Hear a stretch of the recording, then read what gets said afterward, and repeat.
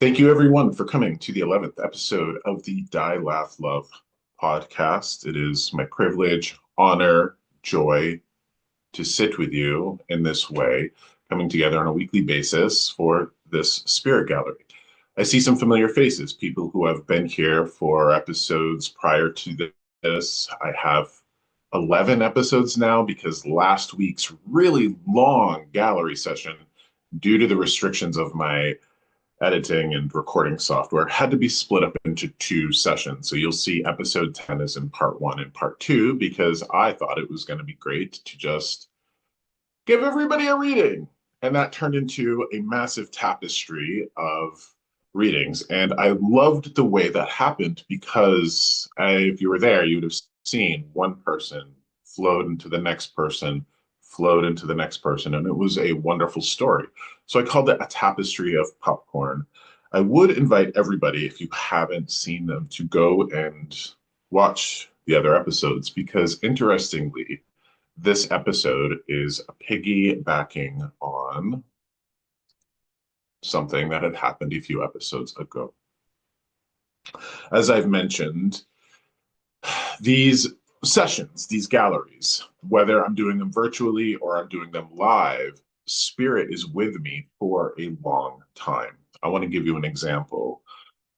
Last night, I was in Newport, Vermont, doing a gallery reading, and I called it Gifts of the Medium, because one of the things that has been happening to me is I will be getting information about gifts, physical, tangible evidence to bring to this gallery reading to show people, here, this is what your spirits want. And it's not just one gift, it is a group of gifts, a group of gifts.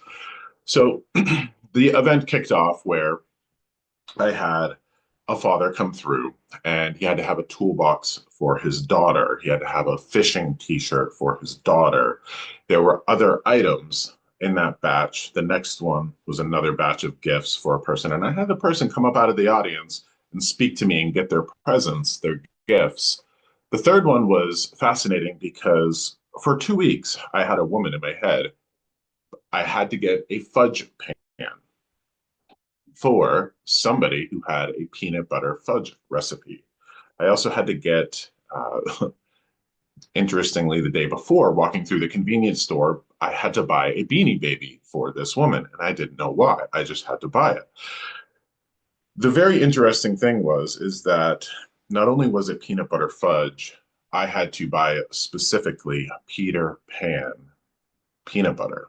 I think everybody's familiar with that brand. So I had this group of gifts, and I said, you'll know who this is because you have to, in this recipe, use Peter Pan peanut butter. Now, I can't get that off the shelf here locally, so I had to order it on Amazon. And the woman who was sitting in the front row knew it was her because she said to me, the rest of the audience, my mom did not have a lot of money, but she always made sure to spend money on Peter Pan peanut butter. So that was really touching to me to have that experience. Touching, obviously, to that woman's daughter who was there as well. And again, that undeniable evidence. And I was thinking today how a person's life changes when they have undeniable evidence that spirit exists, interacts with us, that we carry on when we pass, that our loved ones carry on when we pass. And I think that is the sacred part of my role here, to help people see spirit exists. Spirit interacts with us. We carry on. Our loved ones carry on. I will say, though, that every time I step into this role, I won't say a risk or a challenge. It can be somewhat scary. Imagine this fellow having spirit in my head for 2 weeks, randomly walking through stores, getting gifts, getting items, and then I stand in front of an audience. That, with full transparency and my number one rule of no bullshit, can be somewhat frightening, absolutely frightening. And I think that a lot of people can relate to that, whether they're stepping into a classroom to teach children, whether they're stepping into an emergency room to help somebody who just was rushed in with an injury. I think that a lot of people, when they're called to walk in this world in a particular way, especially in regards to helping others, there's a certain level of fear that goes along with it.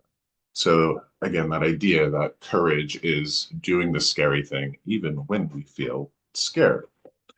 I will say that that is something that is particularly true about the spiritual path. That when you step into spiritual development or interacting with spirit in any way, if you choose to evolve in a spiritual way, you will be challenged by spirit. You will be challenged by your ancestors. You will be challenged by higher spirits to grow. And how do we grow? Through challenges, whether those challenges come to us as people or circumstances or spiritual experiences. But when I said that this episode, episode number 11, was going to be challenging, I want you to remember, if you were there, for episode 8. The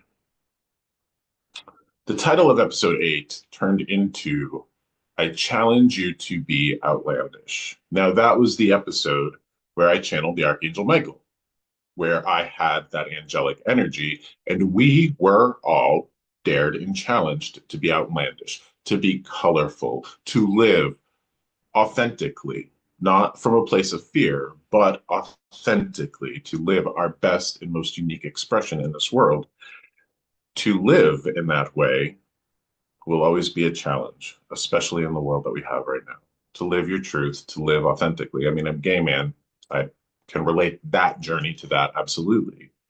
But I want to talk to you about why this episode, and remember, I've done group readings hundreds of times. Even today, I'm challenged with what I'm about to share with you.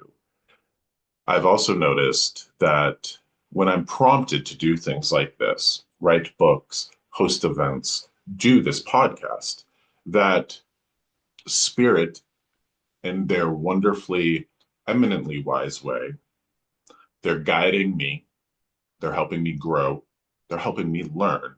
And through my experience, through the vulnerability that I bring to people in terms of like, hey, I'm just a guy figuring this out. If you've ever heard me talk about my story and figuring this out, I always talk about the science experiment that I ran. I had to run a science experiment to figure this out. And every single time I sit with somebody, it is a science experiment. That includes today. So last week when I sat down to produce episode 10 and split it up and chop it up and do all of that stuff, which I love. I love doing it all. I love coming up with the graphics and doing all the technical stuff. I immediately knew what this episode was going to be about. And I was very happy with the idea of it. And then I was challenged. I was immediately challenged by these wonderful angelic energies, these wonderful fairy energies that helped me. I was challenged. And I accept that challenge. So, thinking about what I have to share with folks today and the outlandish stuff that I have to share with folks today, it is a challenge. And Josh, the guy that figures out how to do this as I go along, understood a couple days ago that I was being dared. Now, episode 8, I challenge you to be outlandish. I challenge you to live in strength and authenticity, brightness. That challenge is as much for me as it is for anybody else out there. So, any of the wisdom that I get through this experience, any of the wisdom that I have through doing this work, I benefit from it as much as anybody else does because at the end of the day, I'm nothing but a channel. I'm just a guy that has the chutzpah to stand in this place, wanting to figure it out and live to my greatest authenticity, hopefully setting an example for others to do the same. Now, what I knew last week when I sat down to produce that episode and what this episode was going to be about, this is an episode for pets. Last week, I knew that this was going to be an episode where I was not going to channel any humans, not any ex-humans. How about that? Because when we pass away, we're no longer human. We are ex-humans. When I pass away, I'm not going to be Josh anymore. I'm going to be the spirit that was once Josh. So I hear that and I receive that. I'm like, pets, excellent. There's no shortage of pets in the other world where we all go to that want to communicate back to us. And I will share with you something that is really important. And I've talked about this before, but I want to kind of remind folks about how this process works. Through my experience, and remember, take that for what it's worth, I have found that we humans, you and I, do something to our pets to bring them to a place of soul. So let me give you an example, and I'll use cats. And thank you to everybody who has sent me cards and notes and condolence gifts for the recent loss of one of our family members, because I'm a cat guy. All right. Thank you for that, for anybody who's out there and giving me kindness in that way. Take a feral cat. Okay. And this is where we're going to kind of get caught up in semantics. You take a cat that's out in the wild, wild cat, and it lives and it dies. Well, that cat has an energy. That cat has, by definition, a spirit. Now, that spirit, when that cat dies, it kind of recycles into the big earth battery because the earth is a spirit. The earth is a giant energy ball, if you will, and that constant process of living and dying and living and dying. You take a feral cat and it dies, it just kind of gets recycled back into the earth battery, for lack of a better way to put it. When you love a cat, when you love a dog, when you love a pet, you give it a sense of self and you give it a sense of identity. You name it and it can respond to that name. You do something to that spirit to evolve it into a soul. That's my experience. Just that's my experience. So you love something in that way and you evolve it. That's what happens through our relationship. And I've talked about that before, and I really distinctly believe that because I have channeled pets in the same way that I've channeled humans, because their consciousness, their energy, they have emotions, they have memories. They're our loved ones, and anybody that's ever had pets, boy, oh boy, they will tell you sometimes it's harder to lose our pets than it is our humans. And there's a degree of unconditional love there that makes that happen. Okay. Keep that in mind, please, because I knew that it was going to be about pets. And then the message got a little bit more strange. Because, yes, this is a pet episode, but it's not just pets. And this is where I am being personally challenged to be outlandish. Okay. So keep that in mind. That's your little preview as to what's to come, because I have had three spirits with me for the last week. And I want to talk to you about the first one. And remember, this is where the participatory part of this comes in. Okay. I am looking for a dog, the owner of a dog. The dog's name is Bear. The dog would have been put down, would have had digestive issues. The dog has been with me for a week at least. This energy of a dog named Bear, a real cuddle bug, has been with me and has this message for this owner. So the first thing that I need here is anybody with a dog named Bear. I know that is a very common name for dogs. I might have a couple of people step forth and unmute themselves, but I am looking for somebody here. I'm going to start to toggle between my screens for those folks who are listening. This is happening on Zoom.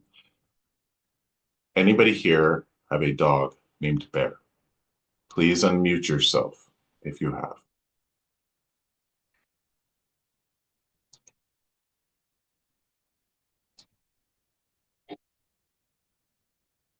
Wave your hand if it's you because I can unmute you from my side.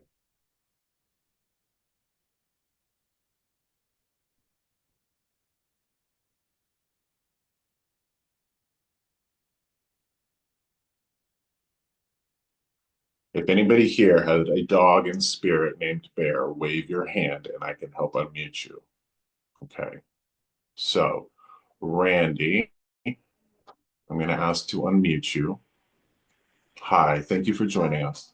I got a little thrown off because I don't remember Bear having digestive issues. Okay. Stomach problems, any sort of issues like that?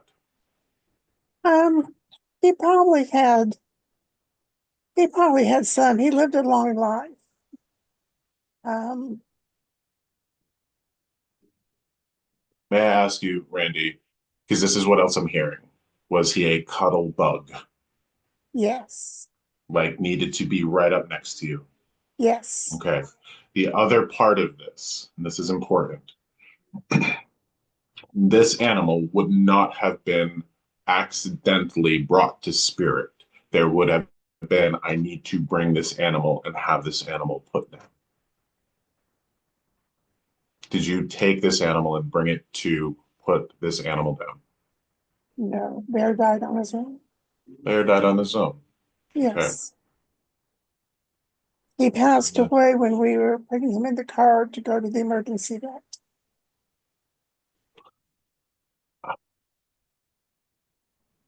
Got you. So on the way Yes, to possibly being put to sleep. Okay. So Randy, you hold on here. Anybody else have a dog named Bear that they had to put down? Again, this is a very common name. I get that. So I want to make sure. A cat named Bear? I get a dog. Yeah. We had a cat named Bear put down 3 days ago. You got a cat named Bear put down three ooh, days ago. Okay. Ooh, I heard bear and I thought dog. This could be a cat. Can I ask, is could this be cat a him. cuddle bug? Randy Yes. and Pamela. Hi, Pamela. Hi, Randy. You stay with me here because I have to talk to you about this. Okay. This is really important. All right. This is 3 days ago. That might be a little bit more recent than like a Yeah. week ago. Can Yeah. I ask, for the both of you, and this is important, was there a sense of conflict in your journey? Yeah. And I know that there's going to be, you have to Yeah. have conflict when doing the necessary thing. Randy, were you experiencing conflict going to the emergency vet? Were you having the thought that this was going to be the last time this dog was going to be around? Yes, Okay. but I didn't really have conflict about it. I felt that it had been coming and it was time. Okay. So maybe it Thank you. was Pamela's cat. It might have been Pamela's cat. It might have been like I'm telling you, there's weird things that happen Yeah. here. Okay. What I'm getting from this spirit, and this is interesting. Would any of you know that the dad of this cat or dog? Because what I get is like this cat was No. just like their dad. Now, when I hear dad, that could be a That's my human dad. That my could be a husband. human dad. Was this cat just like the dad?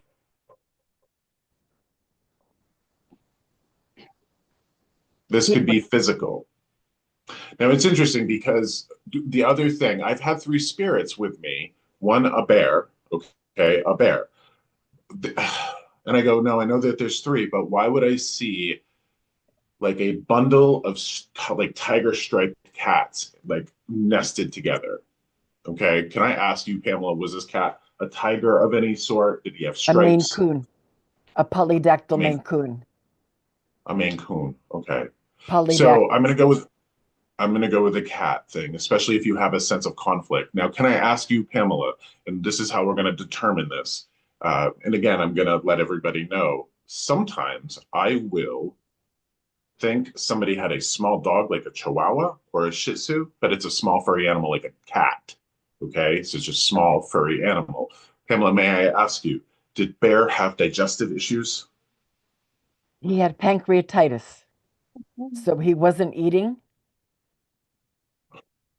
There we are. Okay. So ding ding And ding, we have a winner. This is the Yes. digestive thing. So Randy, thank you for vocalizing that. And again, remember when I do this, when we come collectively to do this, the messages are for a specific person, but they are for everybody. Okay. What?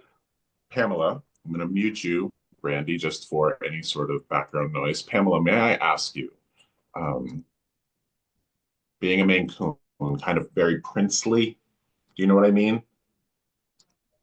Princely, like kind of like prance, prince, very proud. Was this cat very proud? Yeah, I think he was very handsome and he knew it. He was handsome and he knew it. Okay. So you and I are here. We're talking back and forth. It kind of moved us to spotlight. Okay. Um, may I also ask, I'm sure that this is the sensation of being pet I'm feeling, but anybody brush him? Did anybody ever brush him? Yes, Okay. I So I did. feel that. Yeah, Okay. comb. Yeah, Boom. Okay. yes, yeah, Any reoccurring ear issues? Like the ears would go bad and then they yeah, get better and then they like a yeah. cycle of ear stuff. He'd get, he would go into the bathroom, um, and drink out of the tub. And I think that it gave him some sort of ear infection that kept coming back. And we had to like lock him out of all the bathrooms.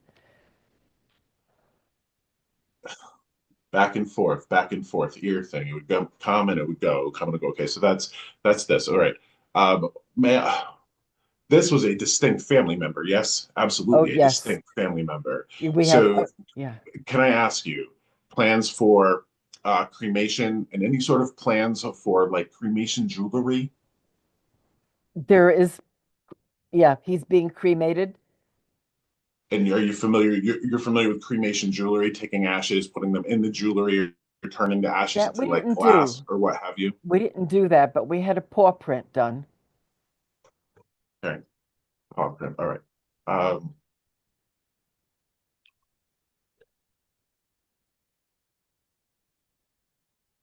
when I feel that connection to the dad, okay, was he more your husband's cat than yours? Yeah, Okay. I can get him here. Well, no, you don't need. You just need to. I'm going to pass this message on to you for him, and you just be. This is a message for you in regards to your husband. Be mindful of his distractedness. Okay, like your husband's distractedness, forgetfulness. Okay, Okay. fish oil, mind stuff. Make sure that we're taking care of the mind. Don't let any sort of fogginess or forgetfulness or distractedness go unchecked. Okay. Okay. So exercise the brain, crossword puzzles, be mindful of the mind. I'm getting, don't let him be distracted. Now, can I ask you, does your husband have a tendency to be like squirrely? Like, okay. So No. this is a message about, and no need, like, no need to frighten you. This is not what this is. Cognitive stuff, forgetfulness and Right. He just seems to distractedness. be fine in that area. That's why I'm saying be mindful of it. Just keep an eye out on it. Okay. Okay. A person of a certain age with forgetfulness or distractedness. It's interesting because it's like what I'm getting is putting like turning something on the stove and then forgetting that we turned it on, Right. that sort of thing. So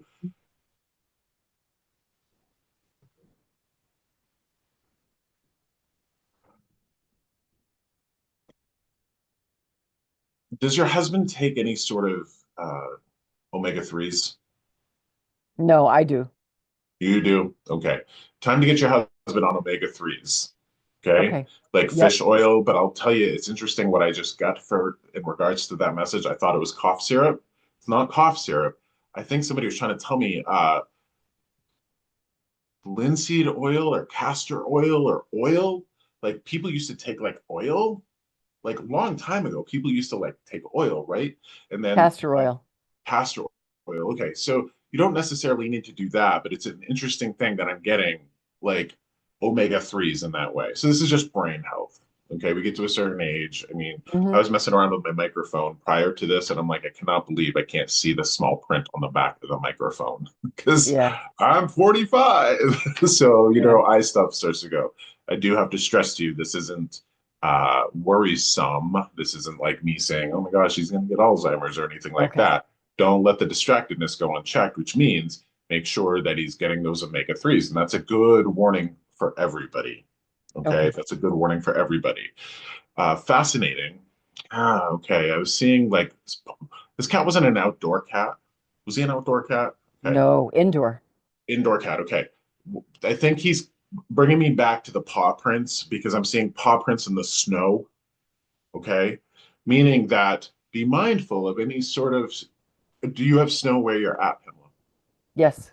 Okay. Be mindful of any sort of paw prints in the snow.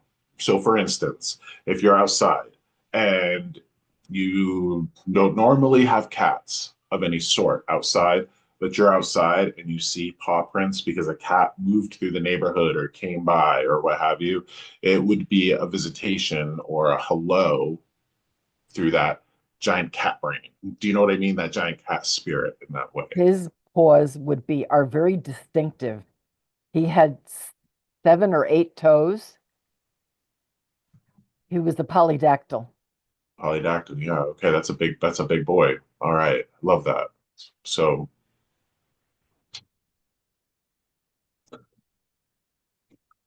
in your home, Pamela, may I ask, do you have an informal sort of altar to the dead where you have pictures of your ancestors and beloved dead? Okay. What I get is very much make sure that you put this member of your family up there Oh, in a yes. photo. Okay.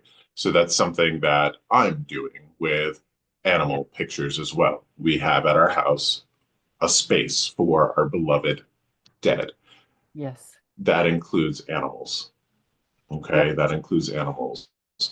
Also, please, and this is information that I get, please don't you let any sort of neck, shoulder injury go unchecked. So, can I ask, do you have any sort of neck or shoulder thing? I have a dowager's hump, but my husband has neck pain. He's going for an injection for the pain in Okay, March. so this is him coming through with information about, okay, something that I want to, again, this is education because I want to let people know kind of how animals experience life. Okay, in terms of us and how they register our emotional well-being. They do register our physical well-being. This is why cats will get on us and purr. They're trying to make us feel better and heal us in that frequency way. I've channeled a cat prior, and this isn't applying to you, but this is an example of kind of how I want to relay and describe how they perceive us in this world. I channeled a cat once who loved the mom, loved the woman, but the woman was sort of in like this emotionally abusive relationship. And again, this doesn't apply to you. This is an example of how animals perceive us. So this cat would know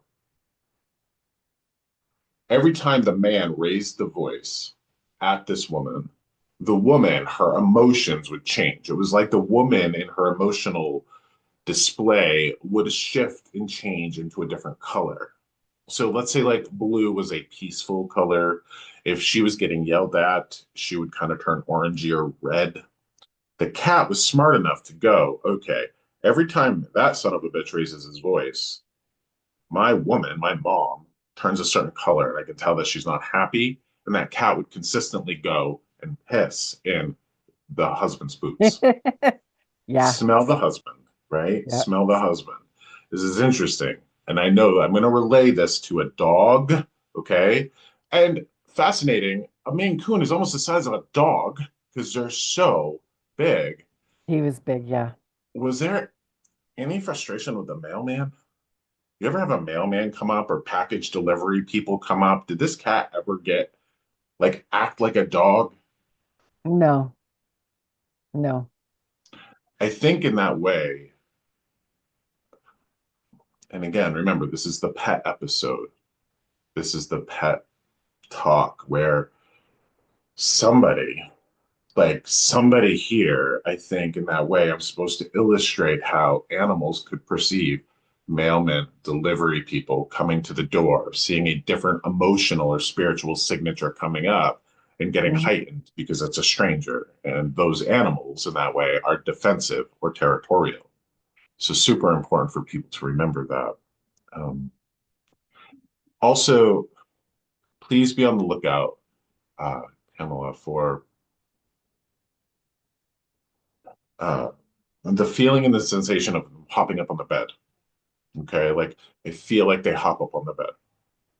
We have lost other cats, and I've felt them hop on the bed before. I mean, we have two cats left, but we've many that have passed. But we have felt that.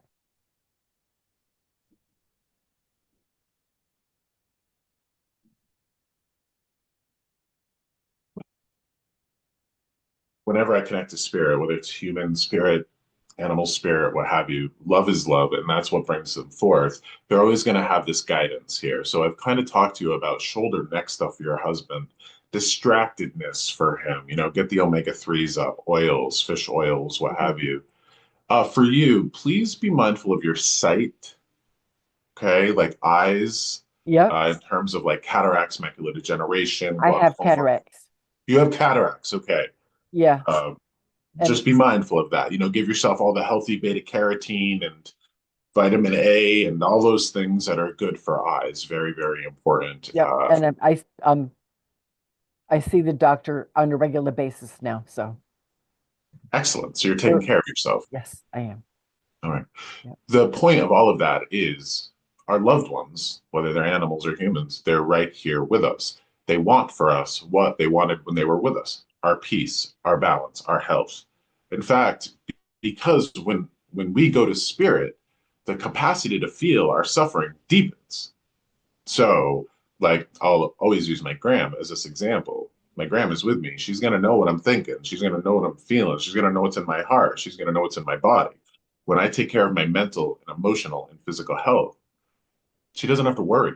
She's at peace. So, if I'm living in peace on all of those levels, my gram gets to rest in peace. That applies to our pets. So every single time we confront our heartache, our turmoil, our trauma, our pain, every time we step into a place of healing, this is the nature of relationship. This is the nature of relationship. When we take care of ourselves, we take care of the people and the animals that we love. Okay. Hmm. Knowing that this was the pet episode, knowing that I had a bear with digestive issues and conflict around all of that, you must know, Pamela, and I know that you get this rationally and logically, but you need the confirmation so the emotional part of you can heal. We should do our best to think of death as a graduation, a next step. I know a lot of us don't see that because we're so caught in this like this is the one life we have, and a lot of people think it's death and darkness when we die, and it's not that. No, I know it isn't. I know You we'll see him did, again. yes, you did, but you did the right thing for him in that way, where I had to take my cat Mister to the emergency vet, and we had to say goodbye to him there. I was in that place of course I'm a human, I have feelings, emotional conflict, but doing what I'm doing, I know because he knows his name and he knows that we loved him. I know that he's going to pass on and be there. And there's that sense of graduation. And knowing that we did the right thing was important, not just feeling it, but knowing and feeling it. So that's important for you and anybody else that would be in that space of conflict.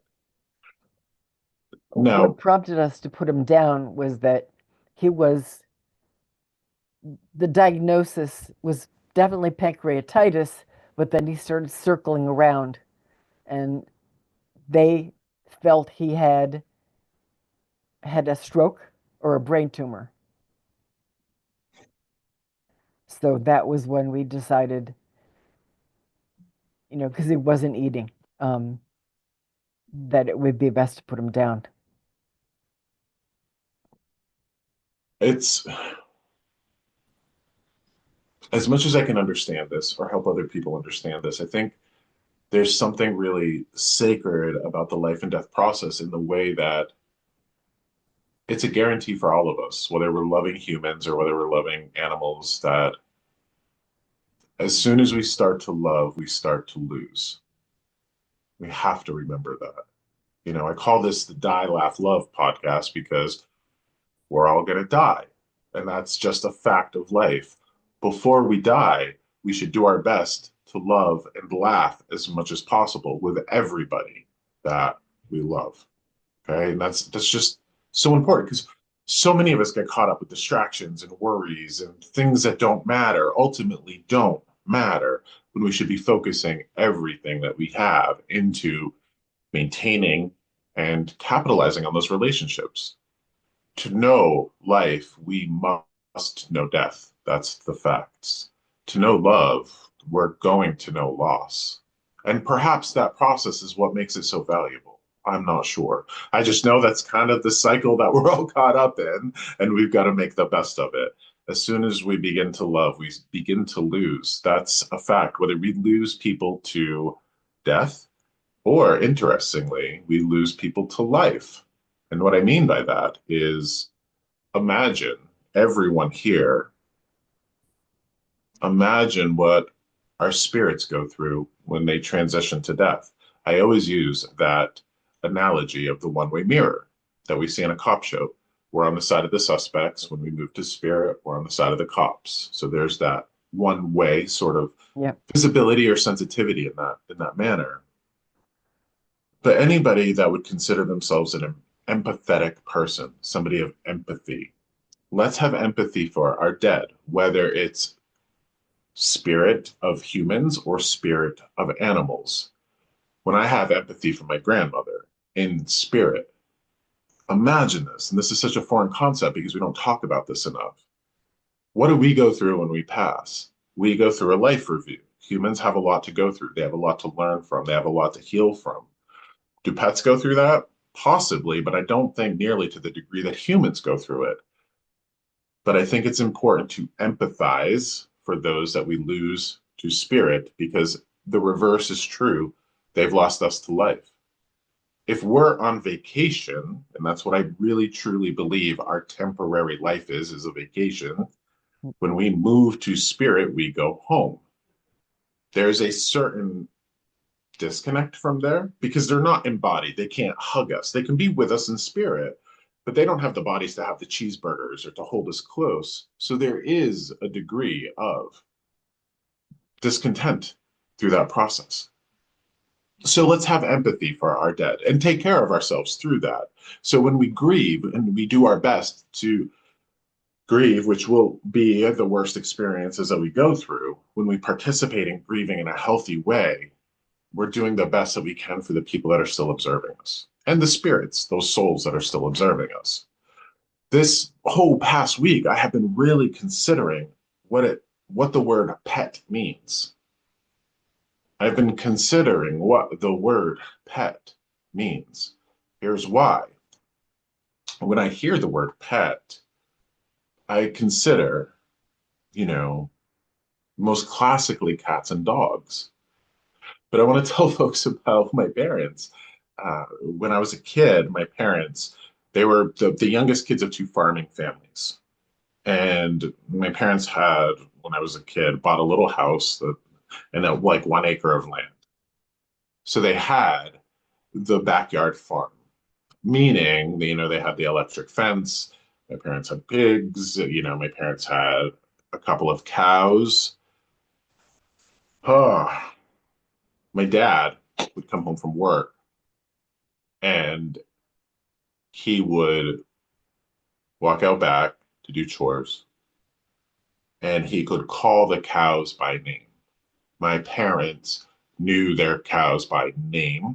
The cows would respond by name. And I can remember my mom absolutely breaking down when those cows had to be loaded in the wagon to go to the butcher. Yeah. To go be slaughtered and processed, harvested in that way. My parents, after that, never had cows again. Yeah. I don't blame them. Right? Because they became Oh, pets. yeah. Yeah. So there is Absolutely. there They're is a family. difference. They're family. There's a difference between livestock and pets. Interestingly, I have a set of good friends. This is kind of a foreign concept to me, but I appreciate it for them. they have chickens that are like their family. Yeah. It's, I look at a chicken and I kind of see a lizard with feathers. I have a disconnect there, but they're family to them. So Yeah. there's that loving bond that they had developed. I have really been sitting with what the word pet means, and here's why. I think, talking to human spirits makes all the sense for most of us in the world. Channeling animals and pets, I think, gives us a whole lot to consider. And one of those things to consider is this: we live in a really human centric world. And a lot of it comes from Christianity, religion. When you hear in Genesis that God put all the herbs and plants and animals on the earth for our use, it kind of puts us at the top of the pyramid and we think we can dispose of everything. I think a lot of people can relate to how inappropriately and imbalanced we are in this world in terms of our relationship with the natural world and with animals and resources and all of that. We live in a very human centric reality, and that is not our reality whatsoever. So it's that difference between being at the top of the pyramid or being part of the web. And I think for me, I hear the word pet and I think, and this is a really clunky and sort of insensitive way to put it, the idea of a ward, we're taking care of them, like they're our responsibility. All of that is true, but it becomes something deeper for everybody who's ever had a pet because they become a member of our family. They become a member of our family. And I'm really leaning into, I didn't even want to look up the definition of pet because I wanted to science it out for myself. Companion.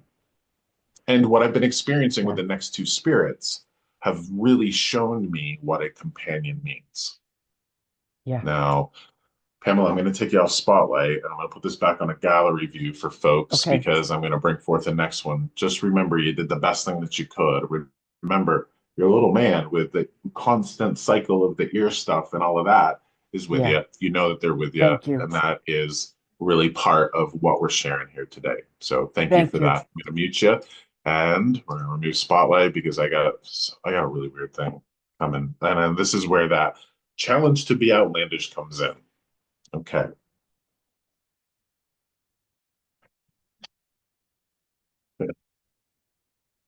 Because this could end up being absolutely nothing, but this is so bizarre. Okay. I and please remember to wave your hands or unmute yourself with this because this is bizarre. And it gets more bizarre even after this. So I have a fish here. Like I have a fish here. Somebody who had a fish. Now, I think it might have been a goldfish. This is interesting. Now, remember what I talked about having a sense of self. So we're going to talk to somebody here, and remember, I can't see everybody on this screen. The distinction with this fish, and this is strange, is I hear shark, shark. So we're talking about a fish that was either a shark or a fish that you called shark or sharky. So, like fish, shark, I feel like this had a big energy, this spirit. So, did I see somebody wave their hands? Well, I had a fish that I named Jaws. You had a fish that you named Jaws. Okay, hold on. I see Linda up here. I'm going to unmute Linda. So, Elaine, thank you for this. You stay right there for me. So I saw somebody up on Linda's square going like this. Did you have a shark or did you have did you have a literal shark or a fish with a shark name? I had a piranha.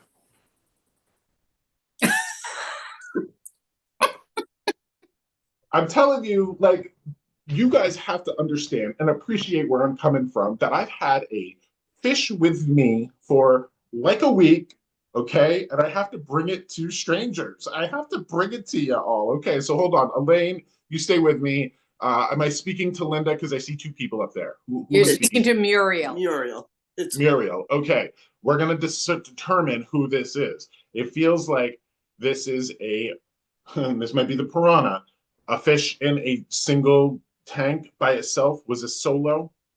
Can I ask you, Elaine, was your fish solo? Okay, here we go. The next one is this. There would have been like fast energy, okay, like zippy energy. Did this fish come? And this might be the piranha because I know that sometimes goldfish or fish know that they're going to be fed and they'll come right up to the tank. I don't have much experience in the way of piranhas, but this spirit, like, did this animal know that it was going to be fed and get like right up there? Okay. I used to Say it again for me, Muriel. I used to pat him on the top of his head. Elaine, I'm sorry. This is for Muriel. Okay. Okay. So here we go. Muriel, I'm going to put you on spotlight. I'm going to put myself on spotlight. We're going to have this conversation about the fish spirit. Okay. Because this is, again, remember, I am I know. just as blown away by this process as everybody else. So you used to pat your animal, your fish on the head. Yeah. Okay. I Little named him Sharky. What was your piranha's name? Doofus. Okay. Also, I want to tell you what I'm feeling. All right. And I think that Muriel, you're with Linda, right? Linda's over there with you. Okay. Whoever this person, you, I don't know if you have undiagnosed adult ADHD. I don't know. I think Yes. that you might. Do you? We think so. We're pretty sure. You're pretty sure? Okay. You have some squirrely energy. Do you know that? Yes. Okay, because this is how I know who the person was going to be. Okay, because I'm like in the tank observing my person. Okay, and this person's like all over, and that feels to me, and again, not a medical provider, not a mental health expert, none of that, right? So again, letters and acronyms and diagnoses, not my business, but what it feels like to me is the undiagnosed ADHD. Adult version of it. That okay. What this means, Linda, and to remember, science experiment. We're doing the science experiment here because I've been walking around this spirit for a week, and I'm like, I'm gonna go to people with a fish. And believe me, what's coming after the fish gets weirder. It gets weirder. I know. I want to. Was this fish a rescue? No. Hold on. What did you do? Because I'm passing through a sense of gratitude, right? Of taking one sort of circumstance and making it better. Like a gratitude going from here to there. So maybe that's from like the store to at home where you gave like that in that way it would be a rescue, that sense of gratitude. Yeah. Okay. Yes. Oh, okay. Another question too, and I'm learning as I'm working with this spirit here with you. Remember, I was talking about the example. Well, let me just put it this way. I believe if this was a cat, he would have pissed in somebody's boots. There was a dog. There was okay. Was there something outside of the tank that was like not great? Somebody that would have adjusted your emotional like. Did you ever live with a grump? Grumpy Grumpy? Did you ever live with anybody that was grumpy? at that time. Not at that time. Interesting. Other times. Other times, okay. What would have been the thing that was pissing you off when that fish was around? Was it the dog? What was pissing you off when that fish was around? Or upsetting. Yeah, I understand what he's saying. No.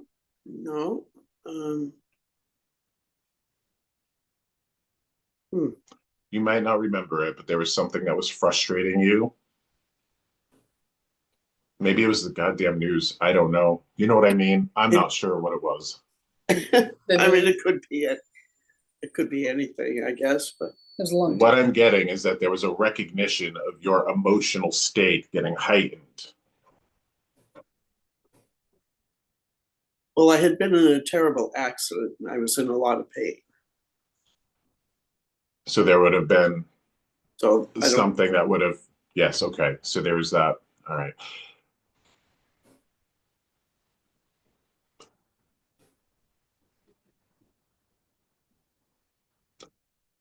Thank you for not flushing me down the toilet. I don't know how this spirit or this animal moved on. I don't know what you did to put that animal to rest in any way, but I can guarantee you, you did not flush the piranha down the toilet. I buried it. You, okay, see? I went into work and I was unconsolable. I was crying. And people were laughing at me because I was crying over the fact that a fish died. I said, well, he was my pet. I had many other pets at the time, but he was one of them. When I was talking about this at the beginning, how these experiences are learning experiences for me, like I am learning and not being trained by anybody. I don't have a human mentor. This fish, like you gotta understand the absolute wild perplexity that I've been going through for the past week, going, I have a fish with me. I have a fish with me, and a shark, right? And the person is like got ADHD. Okay, so you were unconsolable. That means you developed love for this animal, Linda. Okay, so in that same way that I used that cat example, okay, it brought that spirit and transformed them into a soul. Now I've got an interesting experiment for everybody here. I've been experiencing that sort of feeling of, okay, when we love an animal, we bring it to this place. We bring it to this place. It's like it's a relationship of reciprocity, you know, because when we have pets and companions, whether they're humans or fish or chickens or dogs or cats, they get something from us and we get something from them. That's the nature of relationship. That is a beautiful thing. You have brought this animal to that sense of evolution. Now, that's what I've learned kind of on the streets in this sort of school of hard knocks where I'm teaching myself this stuff just through experience. I stumbled upon a book talking about spirits and all of that. And that book explained everything that I was just talking about. That and I'm sort of I don't lean into woo when I do this. I try to keep everything that I do as down to earth as possible. I don't like the woo. So I'm going to start to talk with some like woo language. Not great, but I have to. There's a school of thought that those animals that I would have referred to as like the feral cat are kind of like 2D creatures. We're 3D creatures, like we're three-dimensional creatures. Our souls are 3D, that you take a 2D animal or a creature, love it, and you evolve it into 3D. I can't confirm this, but it's interesting that that school of thought that I bumped into also said that that's kind of how we all started out. So the idea that we could have been dogs, or we could have been cows, or we could have been something a long time ago that was loved. And that's kind of where like our basis of our soul evolution started. So then interestingly, people that we meet, and I just want to like have fun with this. You know, when you're in the grocery store going, that son of a bitch a rooster, or was that son of a bitch a cat? Like, you know, having fun like that, because we don't know how that works, right? We won't really know until we move on to the other side. But this experiment that even today's episode is what we're working through is that there might be some basis of truth to that. Okay, so, and what I'm being called to talk about is the idea of Native American tribes really seeing themselves as like the turtle clan or the bear clan. And there might be, and again, because I'm not part of those traditions, there might be some truth to that. Yeah. So again, this is all meant to make us feel, meant to make us think. I do want to let you know that there is this connection that is still going on. Okay. And can I ask you, do you have a picture, Muriel, of this like animal up? Do you have a picture of this fish? No, because I've moved a few times and no, I don't know that I ever had a picture of that fish. But I've had, That's okay. at the same time I had the fish, I also had 2 dogs, 3 cats, a bird, probably even a turtle. I don't know, but I've always had pets until now. Until now. Gotcha. Out of all of, and this is an important thing too for my process, I kind of talk about having a spirit with me that facilitates this. So when I sit down to produce the next episode, I'm going to get, okay, this is what we're going to talk about next week. And I just trust that information. So this is why he's been with me for a week, because this angelic being that helps me do what I do, and I believe all mediums have a facilitator in that way. There's a reason why this fish was brought forth. Because it's, yes, it's for you to show you that there's still that connection. Absolutely. You deserve that as a companion to this animal. But people need to know that the world is far stranger and far more beautiful than we'd ever really be taught. Mm. So remember Yes. that. Remember that. Thank you for being here. Thank you for being here. And thank you for taking care of Doofus. Thank you. I can relate to being a doofus. So thank you for taking care of Doofus. Okay. Okay. And I promised it to get weirder. So I'm going to take you off spotlight. I'm going to take me off spotlight because the next one is very peculiar, even more peculiar than a fish. Okay. All right. So let me get control of myself here. So, okay. But remember, there were reasons why I was thinking about pet, and a reason turning it into that idea of a companion, and really sitting with and meditating, thinking about what the word companion means, and pet, and the relationships that, what we get out and what they get out of us. So we started out with bear. Then we have doofus. Okay. This is weird. This is, again, bizarre for a guy that's never done this before. And when this comes to me, I have to go like, what is going on here? Okay. So we've talked to a cat, we've talked to a fish. The next one is a tree. A tree. So here we go. I'm looking for an ancestral home, a tree.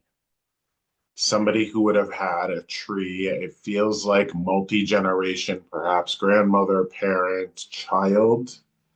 Here is the definition of this. So I need everybody here who would have had a tree at their home, their childhood home, that they would have played around, they would have played on. And remember what we've gone through so far, perhaps you would have even named the tree. Okay, perhaps the tree would have had a name. The distinguishing factor with this, and this is, I think, somebody who might be sort of very earthy or pagan from a very young age, or might have had a tree out in front of their home. The message that I'm getting, and this is where I'm kind of needing to translate it and decipher it. And this is a very deep, sincere, sort of sad message. I'm sorry I couldn't save your sister. So there's somebody, I believe, who would have had a sister who's passed or had a very significant illness. I believe you would have had a sister that you would have played around a tree with, like a family tree. Anybody here have a family tree? Anybody here has lost a sister?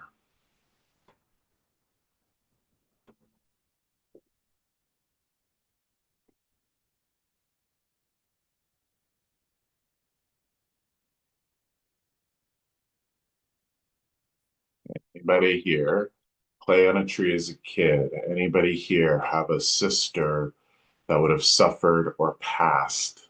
Did you play on a tree, around a tree, in a tree, tire swing, decorate the tree? as a child. So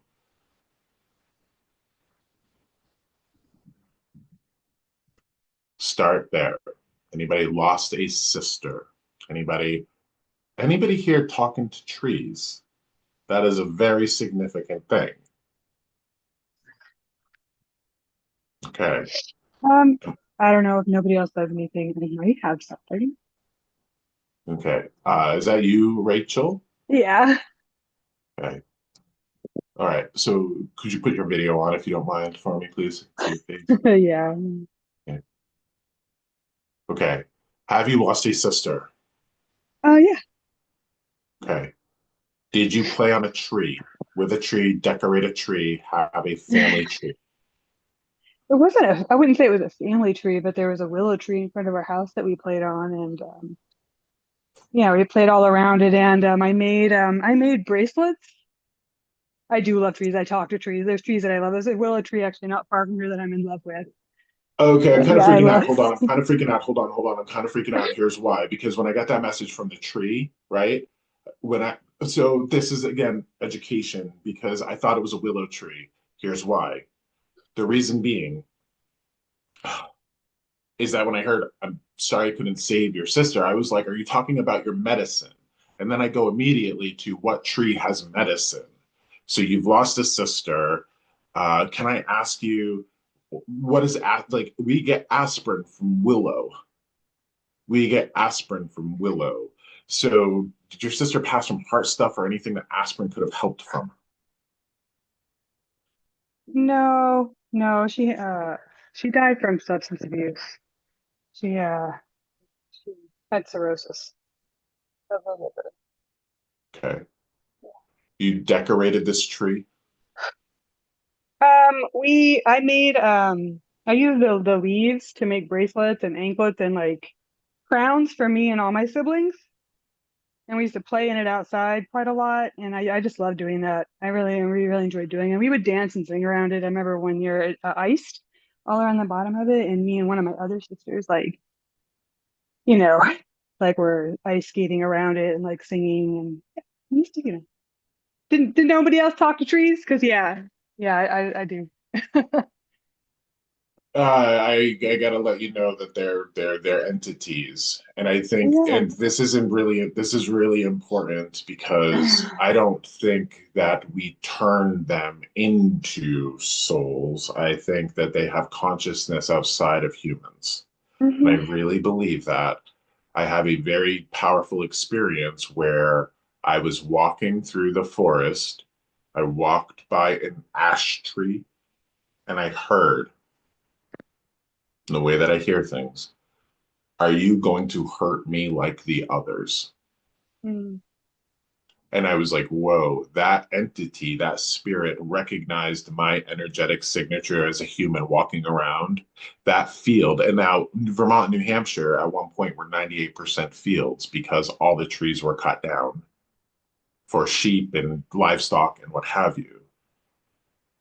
A lot of my genetic and ancestral connection is of the Druids and the Celts.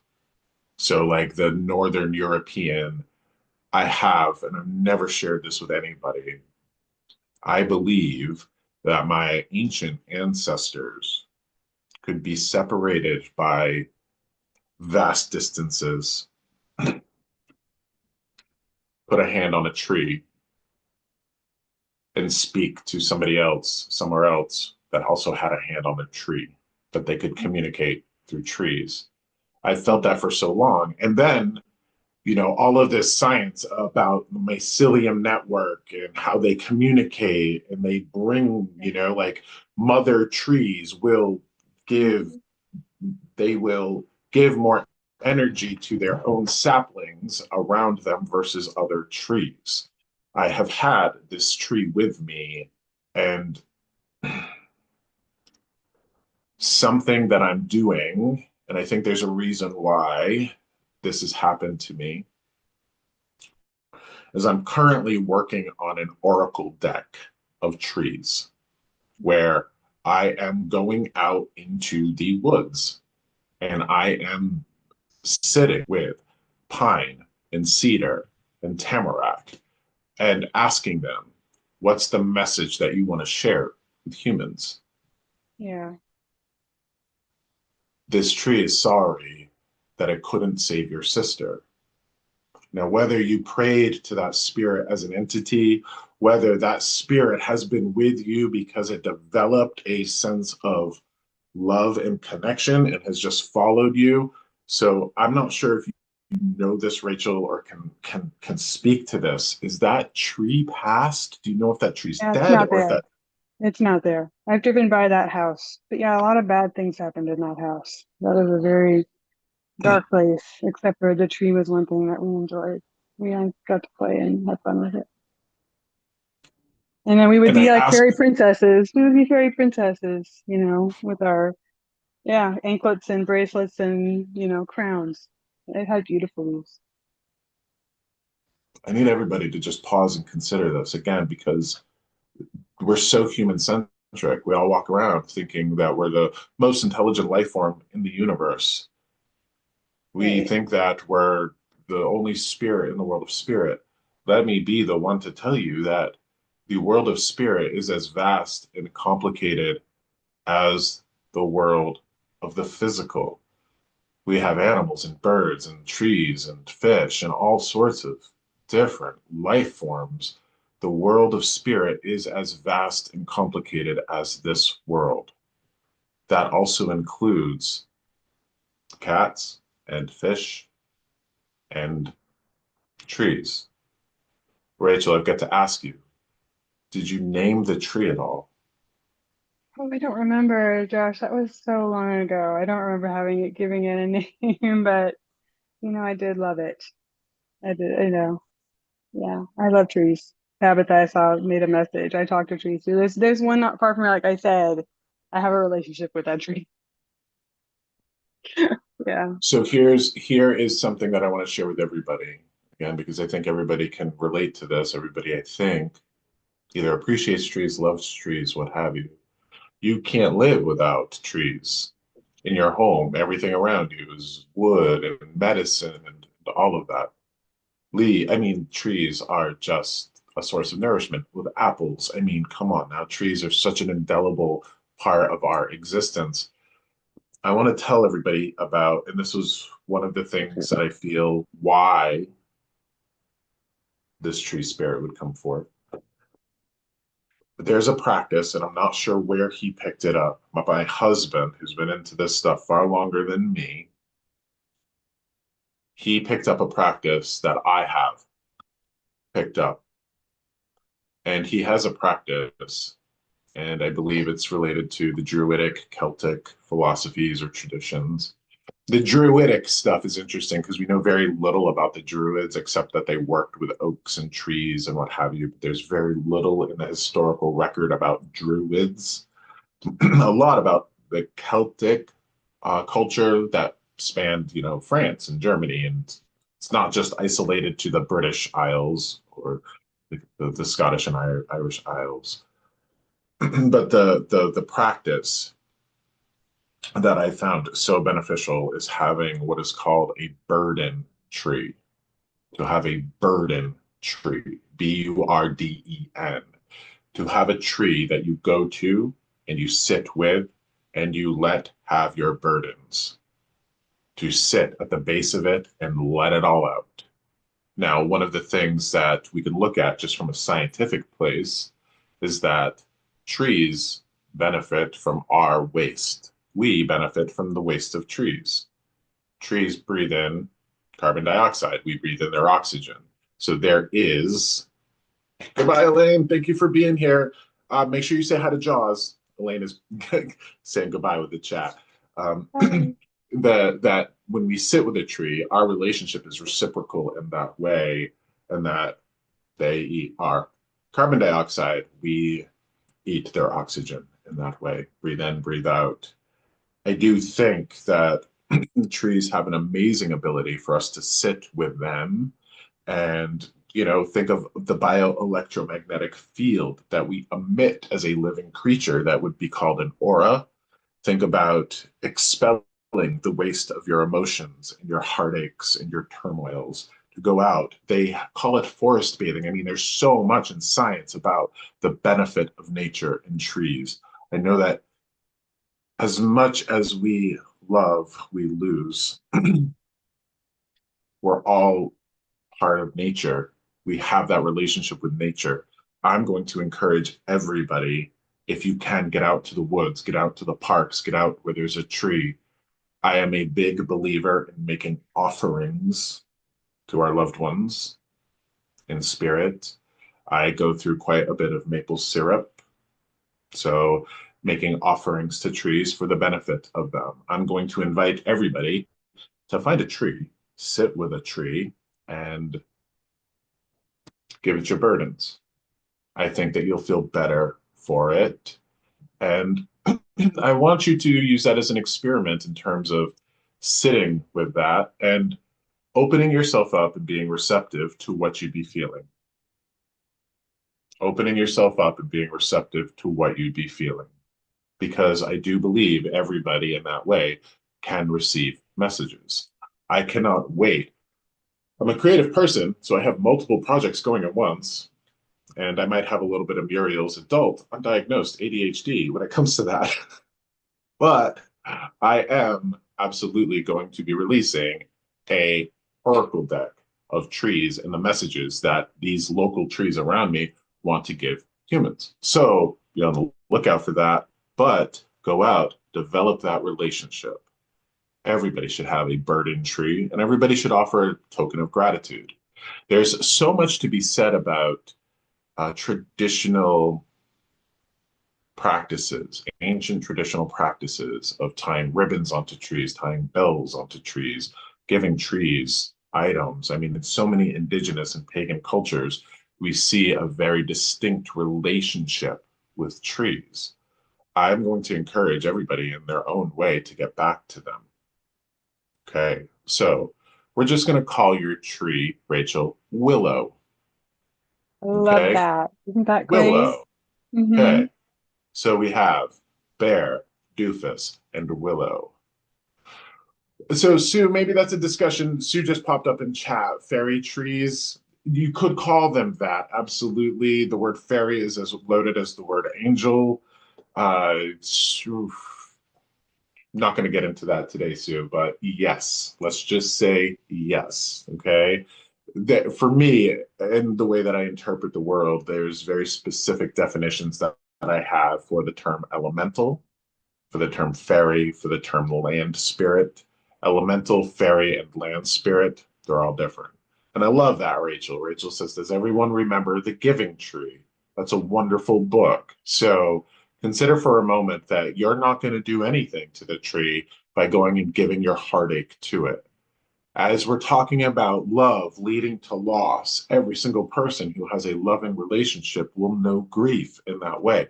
Grief is as universal to humans as breathing. Grief is as universal to humans as trees. Perhaps there's a deeper connection and a deeper relationship that we can build through there. So, Rachel, thank you for being here and bringing that Willow energy with you. I want to thank Randy for popping in and volunteering that information about Bear.